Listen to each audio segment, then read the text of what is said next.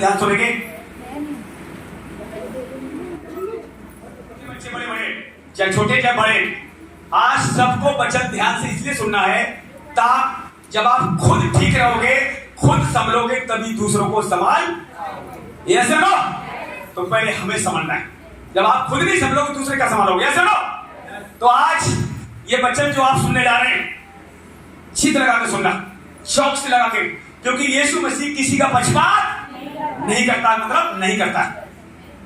इसमें से एक भी कमजोर ना रहे, ऐसा प्रभु चाहता है। कमजोर रहोगे तो न सुनने की वजह से ध्यान रखना। वहां पर मूसा के लोगों ने नहीं सुनी, वो कमजोर रहे, ढेर हो गए, और जिन्होंने सुनी कनान देश पहुंच गए। आज जिन जिन कलीसियाओं में खुदा ने जो टास्क खड़े किए, उनकी सुनने के लिए आपको रखा गया। या सुनो, सुनोगे बुद्धि बढ़ेगी, समझ बढ़ेगी। और कलाम कहता है बुद्धि प्लस समझ इक्वल टू ज्ञान। वो ज्ञान जो आपको नाश होने से बचा लेता है। Are you ready? तो आइए वचन चलेंगे।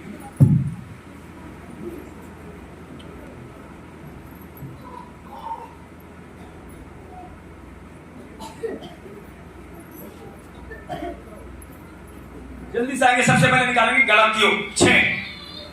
गलातियों 6 में आएंगे और उसका 6 का 6 से पढ़ेंगे।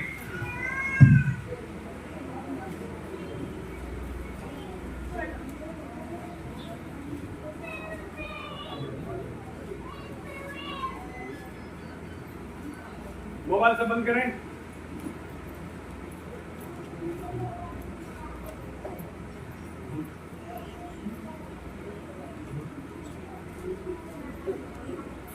जो वचन की शिक्षा पाता है वह सब अच्छी वस्तुओं में सिखाने वाले को भागी करे। धोखा न खाओ, परमेश्वर ठट्टों में नहीं उड़ाया जाता, क्योंकि मनुष्य जो बोता है वही काटेगा।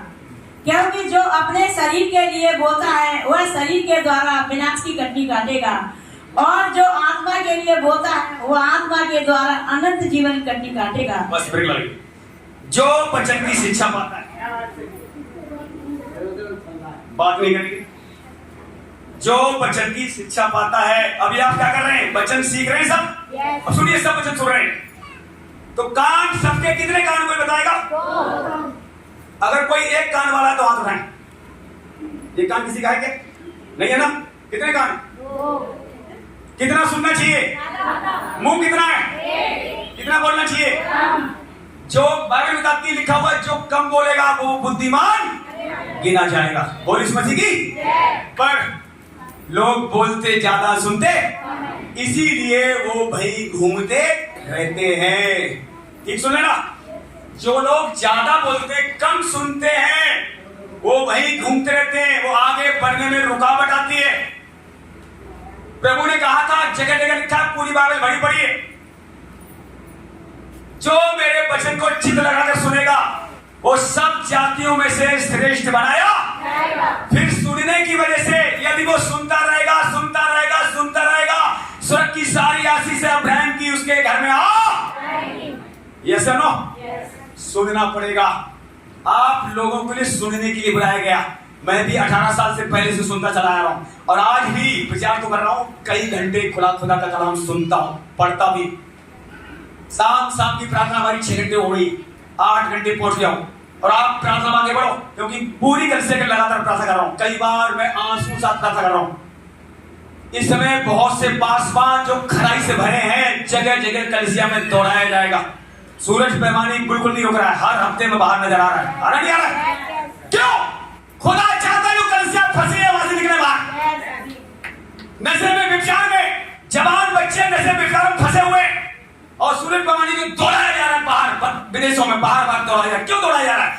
क्योंकि वहां के फास्टर भी कमजोर हैं। घर की मुर्गी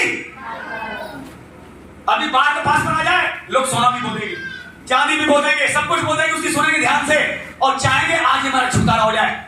सूरज पैमाने ने कहा था, लोकल फास्टर सर्दी जुकाम ठीक करता है, और बाहर का फास्टर कैंसर ठीक करता है।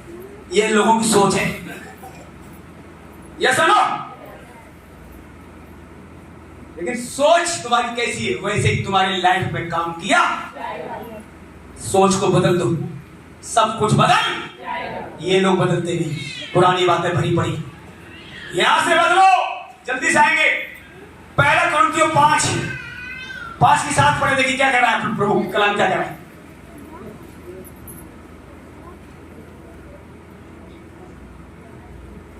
इस समय कलीसिया को, मेरे बहनों, मेरे भाइयों, मेरे बच्चों, सब जगह कलीसिया की तैयारी हो रही है। 5 का 7 पहला कुरिन्थियों।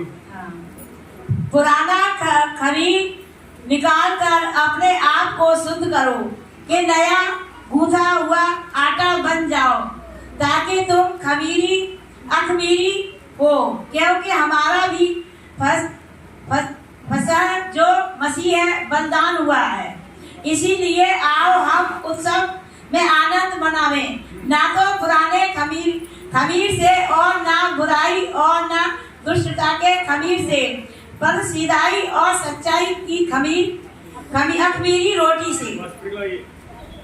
पुराना खमीर निकाल कर अपने आप को शुद्ध करो। पुरानी बातें जो गंदी भरी हुई है उन्हें हटाओ, नहीं तो आप खतरे में हैं।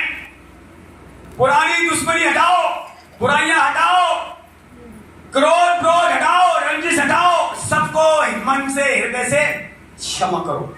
किसी के लिए तुम्हारे मन में अब अंतिम दिनों में कड़वाहट होनी नहीं चाहिए।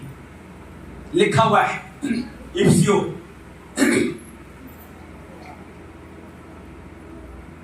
4:30 में लिखा हुआ है, उस पवित्रता के खोजी रहो, पवित्र आत्मा को शोकित मत करो। तुम्हारे जीवन से बैर भाव, निंदा, डाक, कपट सब दूर किया जाए, ताकि आने वाले दिनों जब यीशु आएगा, पवित्र आत्मा तुम्हें और देकर यहां से उठाकर ले जाए। तुम्हारे पास है तो दिया, नहीं है तो। इसलिए पवित्र आत्मा को शोकित मत करो। अभी अगर आप किसी से नाराज हो रहे हैं, बार बार किसी को टॉर्चर कर रहे हैं, चाहे वो घर का चाहे बाहर का हो, अभी हर व्यक्ति से आप मेल मिलाप, अपना रिश्ता ठीक करें। लिखा हुआ उस मेल मिलाप के खोजी रहो, उस पवित्रता के खोजी रहो जिसके बिना प्रभु को आप देख पाएंगे। ये रिश्ता भाई बहन का, पति पत्नी का, चाचा चाची का, दाई दाऊ का बहुत ही जल्दी खत्म होने जा रहा। क्या मैं ठीक कह रहा हूं? कलाम कह रहा, वही कह रहा हूं। इससे हटकर कुछ भी मुझे बोलने की अनुमति नहीं है। देख लेना, ध्यान से सुन लेना। जो गलती से इस समय यहां रह गया, कलीसिया जब रैप्चर हुई, आंसू बहाने पर भी मौका मिलेगा। अभी आंसू बहाओगे तो शुद्ध जरूर किए जाओगे। बोल इस मसीह की। अभी लोगों को आंसू नहीं टपक रहे, अभी नफरत से भरे, क्रोध से भरे, जलन से भरे। कोई ऐसा भाई बहन है, आंसू मांगो खुदा से। यर्मी आंसू मांग रहा है। 9 अध्याय में क्या कह रहा है? मुझे आंसू दे, मेरे आंखों को जल का सोता बना दे। मेरे आंसू बहते रहे उन लोगों के लिए जो आज खतरे में हैं। सबसे पहले तो अगर आपका परिवार विश्वास नहीं करता, क्या अपने पति के लिए बहनें रो रही है? क्या अपने बच्चों के लिए रो रही है? सुनिए, यीशु मसीह को जब 30 एडी में यीशु मसीह थे जमीन पर, 30 साल के जब थे, तब प्रभु ने, परमेश्वर ने इस्तेमाल किया 3.5 साल। 33.5 साल के यीशु जब हुए, अपना पूरा काम करके जमीन पर से उठा लिए गए। ध्यान सुनना, यरूशलेम वालों ने बहुतों ने मन नहीं फिराया। यरूशलेम को देख कर वाले कहा, यीशु रोए। सोने वाले जाग जाओ, दीवार छोड़ दो, कुछ नहीं मिलेगा। जो भी सो रहा है, नींद आ रही है, दीवार छोड़ो। तो वहां प्रभु रोए यरूशलेम देखकर। प्रभु ने कहा, अगर तू मन फिराता तो मैं तुम्हें, तुम्हारे बच्चों को अपने पंखों में ढाप बचा लेता, लेकिन तुमने मेरी नहीं सुनी।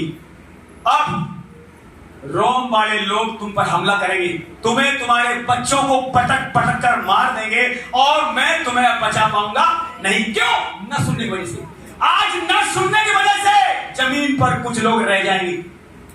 वहां न सुनने की वजह से, जैसे यीशु मसीह 33.5 साल बाद उठाए गए, ठीक 40 साल 70 एडी में रोम शासकों ने पूरे यरूशलेम को लूट लिया, बर्बाद कर दिया।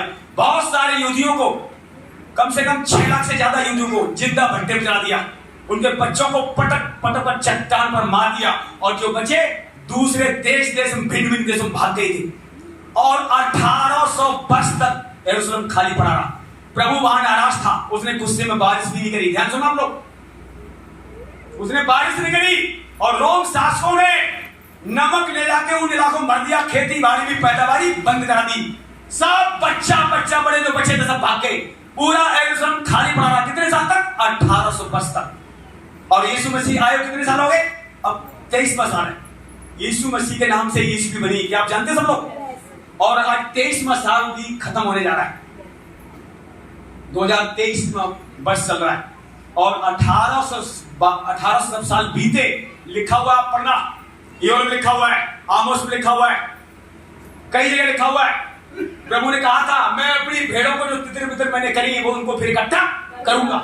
और 1800 साल बाद प्रभु ने उनकी याद करी। फिर मूसलाधार परमेश्वर ने यरूशलेम में बारिश करना शुरू किया। बारिश बारिश बारिश, जो जमीन तब गई थी, प्रभु ने बारिश करी। बहुत दिनों तक उसने बारिश करी। उसके बाद वहां घास फूस पेड़ पौधे फिर पैदा होने लगे, और इजरायलियों को याद दिलाया। वो अपने देश में वापस आए, और मात्र इजराइल को बचे हुए अब 80 साल होने वाले, मात्र 70-80 साल में इजराइल दोबारा नया पनप बज रहा है। कलाम कहता है, यीशु मसीह ने उदाहरण दिया था, जब तुम अंजीर को पेड़ को पनपते देखो, उसमें कलियां फूलते देखो, तब समझ लेना कि मेरा आने का समय निकट है। अब इजराइल दोबारा पनप गया है। 10 देश 20 देश मिलकर उसका एक बार भी उखाड़ सकते नहीं है। इतना आगे बढ़ चुका है। अब ये बात हमें मान लेनी चाहिए, जब इजराइल पनप गया है, पैसे में धनी है, बुद्धि में धनी, में ज्ञान में धनी, हर क्षेत्र में धनी हो गया। इजराइल पनप चुका है। अब मसीहा आने वाला है। जब उनको बोल रहा है प्रभु रेडी हो जाओ, तो कलीसिया को पहले रेडी करेगा। पहले कलीसिया उठाई जाएंगी, ध्यान सुन लेना। उसके बाद तीसरा वर्ल्ड वॉर चालू एकदम। तो आप समझो कितना करीब है कलीसिया उठाया जाना। अन्य जातियां जो निकली हैं, आप भी इजराइल में शामिल किए गए। प्रभु ने कहा था, मैं खोई हुई भेड़ों को लेने।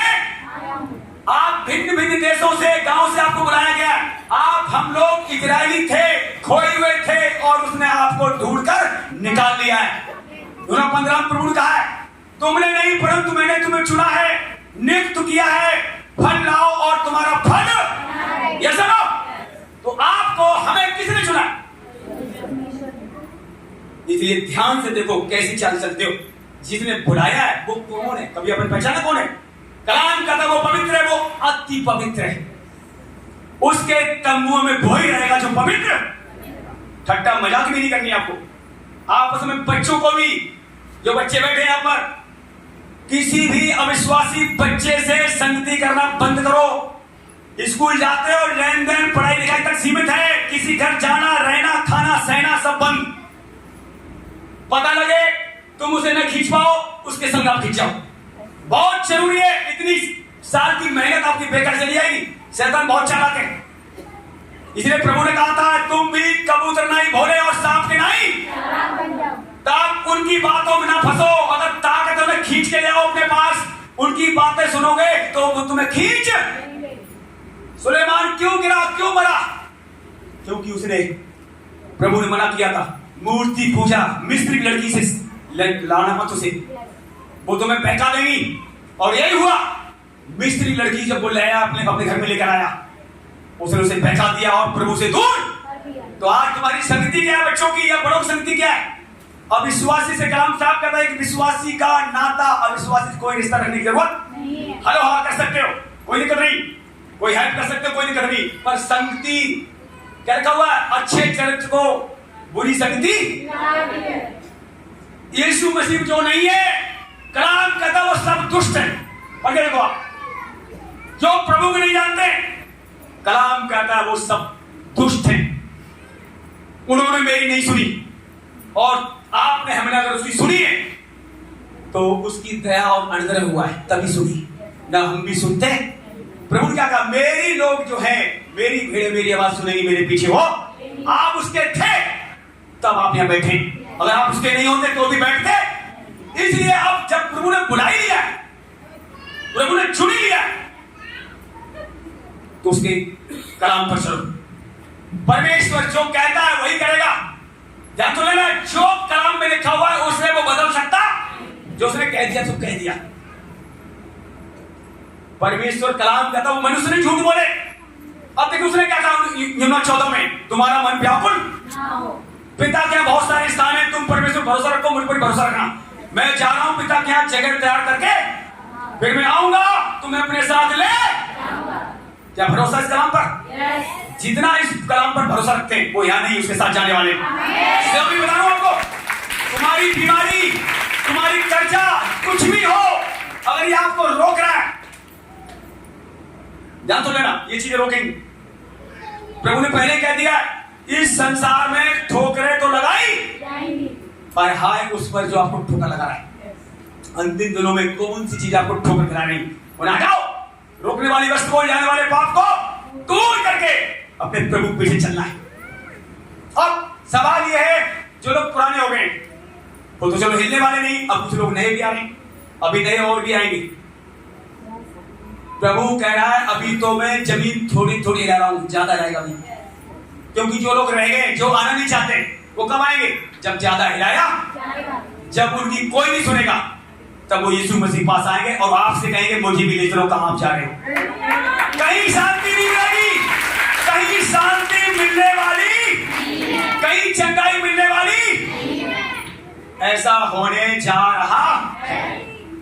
आप पहले से तैयार हो जाए लोगों को लाने के लिए, तुम्हारे पास लोग आने वाले हैं। आप पहले से तैयार हो जाए, तुम्हारे पास बहुत से लोग आएंगे, मुझे भी ले चलो, मुझे भी ले चलो।